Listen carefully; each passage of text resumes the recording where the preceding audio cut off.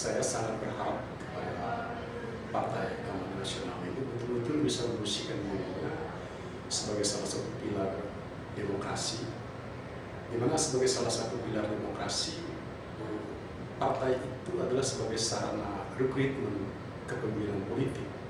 Nah, untuk mewujudkan dia sebagai sarana kepemimpinan politik, sarana rekrutmen kepemimpinan politik bangsa, maka partai itu betul-betul memperhatikan proses kaderisasi dalam rangka memenuhi posisi-posisi politik di dalam sistem pemerintahan dan ketatanegaraan yang ada.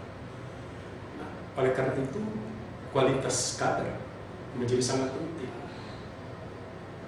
Dan sebab partai yang memfungsikan diri sebagai sarana rekrutmen kader kepemimpinan nasional dan rekrutmen politik, maka ke depan PAN harus betul-betul memposisikan proses berkaderan yang dimulai dari sistem rekrutmen, kemudian masuk kepada sistem internalisasi tata nilai dan tata kelola organisasi dan tata kelola kenegaraan.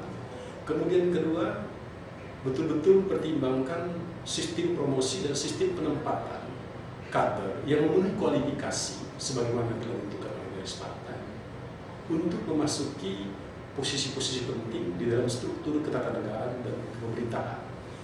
Nah, oleh karena itu keberhasilan semua organisasi kader, khususnya Partai Amanat Nasional ini bisa diukur sampai sejauh mana partai ini ke depan bisa mendudukkan dan mempromosikan dan menempatkan kadernya di dalam struktur pemerintahan. Nah, proses penempatan kader itu tentunya bisa dilakukan dari secara proses pemilihan secara langsung melalui pemilu, apakah itu pemilu presiden, apakah itu pemilihan untuk anggota legislatif mulai dari DPR RI sampai dengan DPRD. Kemudian kedua, ada sistem pemilihan yang bersifat tidak langsung, di mana setelah kader yang ditempatkan di dalam struktur pemerintah setelah melalui proses pemilihan umum, setiap kader PAN memiliki kewajiban juga untuk melakukan pemilihan dan penempatan terhadap kader-kader yang memang memiliki potensi untuk diletakkan, didudukkan di berbagai macam lembaga-lembaga negara yang itu diatur oleh peraturan perundang-undangan. Yang saya maksudkan adalah bagi seorang kepala negara yang memang itu berasal dari unsur partai politik, dia memiliki kewenangan untuk menyusun kabinet. Kemudian kedua, sebagai anggota legislatif yang terpilih, misalnya DPR RI, juga memiliki kewenangan untuk menseleksi, memilih, dan menempatkan anak bangsa yang sudah dipersiapkan sedemikian rupa oleh partai politik untuk memasuki dan menempatkan diri di berbagai macam lembaga-lembaga negara. Lembaga-lembaga negara itu antara lain seperti Badan Pengawas Keuangan dan termasuk Komisi Independen Negara. Oleh karena itu, keberhasilan sebuah partai tidak hanya sekedar mampu mendudukkan atau meraih seberapa banyak kursi yang dia peroleh, tetapi adalah seberapa banyak juga ketika partai itu sudah menempatkan kadernya, bisa menempatkan berbagai macam potensi kader ini dalam struktur-struktur pemerintahan yang memang itu menjadi kewenangan dari anggota legislatif, misalnya KPK, kemudian KPU, dan tentunya ini memerlukan persyaratan-persyaratan dan kualifikasi-kualifikasi tertentu, dan itu memang betul adalah merupakan kewenangan dari pemerintah untuk menetapkan itu. Tetapi partai politik juga harus mempersiapkan sedemikian rupa di dalam rangka memenuhi kualifikasi-kualifikasi tertentu yang dipersyaratkan oleh pemerintah untuk menduduki pos-pos terpenting di dalam struktur pemerintahan yang ada.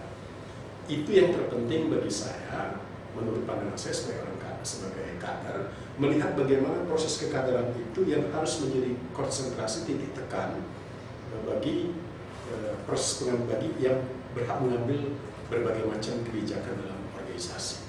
Kemudian yang kedua, proses kekaderan itu tidak hanya sekedar berdasarkan kebijakan dan keinginan seorang ketua, tetapi harus ada sistem yang diciptakan yang itu merupakan sebuah kesepakatan bersama.